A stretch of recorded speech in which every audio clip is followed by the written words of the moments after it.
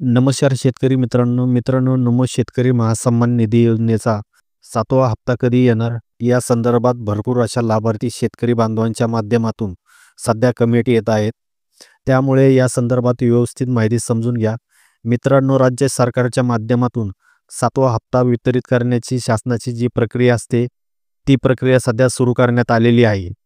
केंद्र सरकारच्या माध्यमातून पी.एम. किसान सन्मान निधी योजनेसाठी जे महाराष्ट्रातील 92,91,000 शेतकरी पात्र लाभार्थी आहे, त्या महाराष्ट्रातील लाभार्थी शेतकऱ्यांचा डाटा केंद्र सरकारकडून राज्य शासनाच्या कृषी विभागाकडून मागविण्यात आलेला आहे.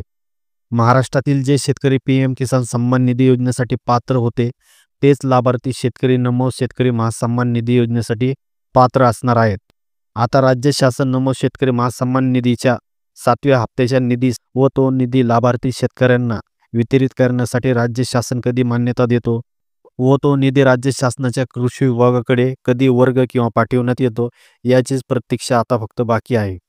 हा निधी लवकरात लवकर आल्यावर लाभार्थी शेतकऱ्यांना 7वा हप्ता वितरित करण्यात येईल. तर अशा प्रकारे अत्यंत महत्त्वपूर्ण अशी माहिती होती. ही माहिती नक्की आपल्या जवळच्या लाभार्थी शेतकरी मित्रांना शेअर करा. धन्यवाद.